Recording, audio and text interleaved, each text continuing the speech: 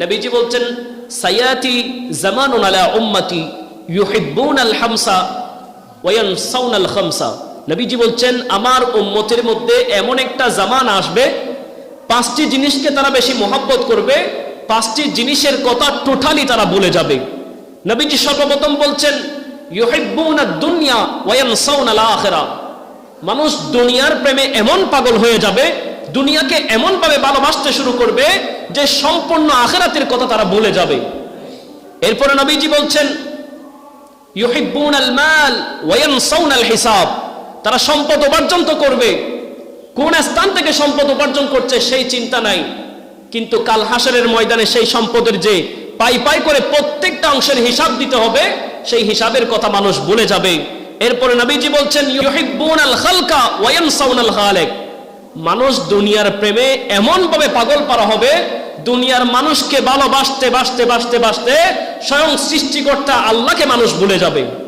এরপরে নবীজি বলছেন ইউহিব্বুনাল কুসুরা ওয়া ইয়ানসাউনাল কুবুর। মানুষ দুনিয়ার বিল্ডিংকে মহব্বত করবে, দুনিয়ার দালান কোটাকে মানুষ ভালোবাসবে। ওয়া ইয়ানসাউনাল কুবুর, ওই অন্ধকার কবর যেখানে জানলা নাই, দরজা নাই, লাইট নাই, কোনো কিছুই নাই, সেই অন্ধকার কবরের কথা মানুষ ভুলে যাবে। সর্বশেষ নবীজি বলছেন ইউহিব্বুনাজ যুনুবা ওয়া ইয়ানসাউনাত তাওবা। মানুষ তো গুনাহ করবে, কিন্তু তওবা করার কথা মানুষ ভুলে যাবে।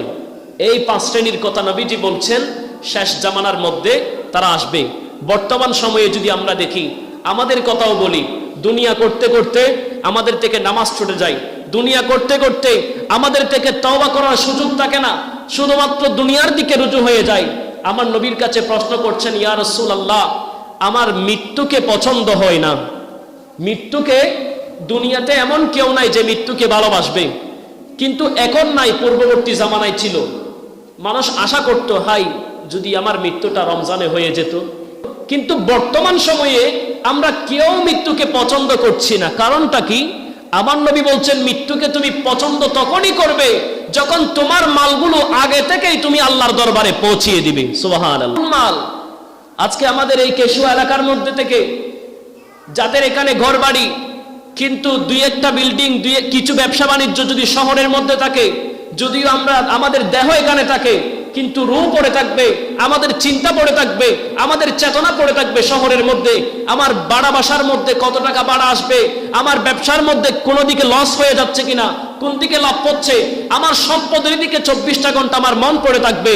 কিন্তু আমার নবী বলছেন এমন একটা জামানা তো আসবে, মানুষ সম্পদ উপার্জন করতেই থাকবে, কিন্তু ওই সম্পদের হিসাব যে কাল হাসরের ময়দানে